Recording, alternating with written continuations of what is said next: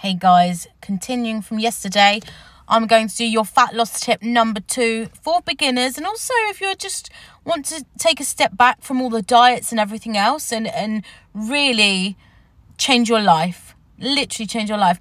This is fat loss tip number 2. It's simple, you know this. It's tracking everything.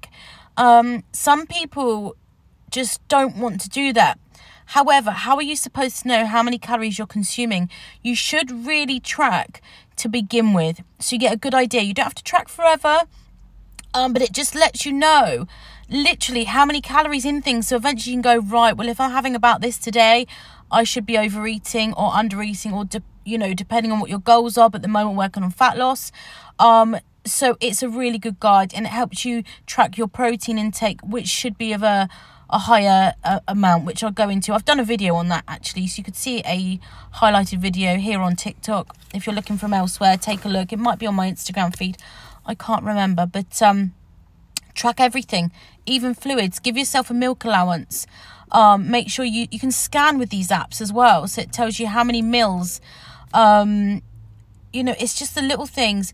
If you've got scales at home, like flat weighing scales, and you've put your plate on, you've put your toast on or your bread, and you're going to use a certain butter, make sure you track the exact butter. Is it a Lurpak lighter? Is it a pure block? Put it on there, and literally, I know it sounds really particular, but just to begin with, so you get a good guide of how much butter you're using. Take that butter with the scales at 0, spread it on the toast. It'll tell you how much butter you've used exactly, so you get a good idea of how much fat you're having and everything else.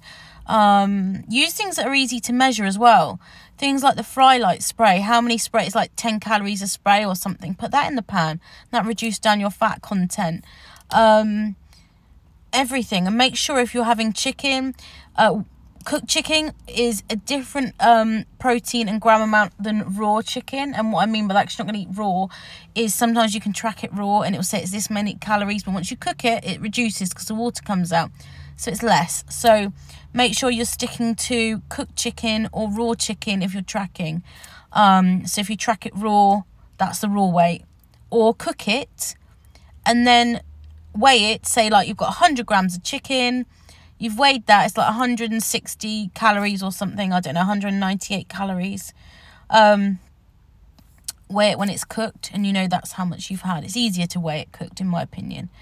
And if you put in things like a jar of seasoning, track it. Be accurate. And then eventually you'll know what things are, and you won't always have to track forever. And sometimes you can save food, so you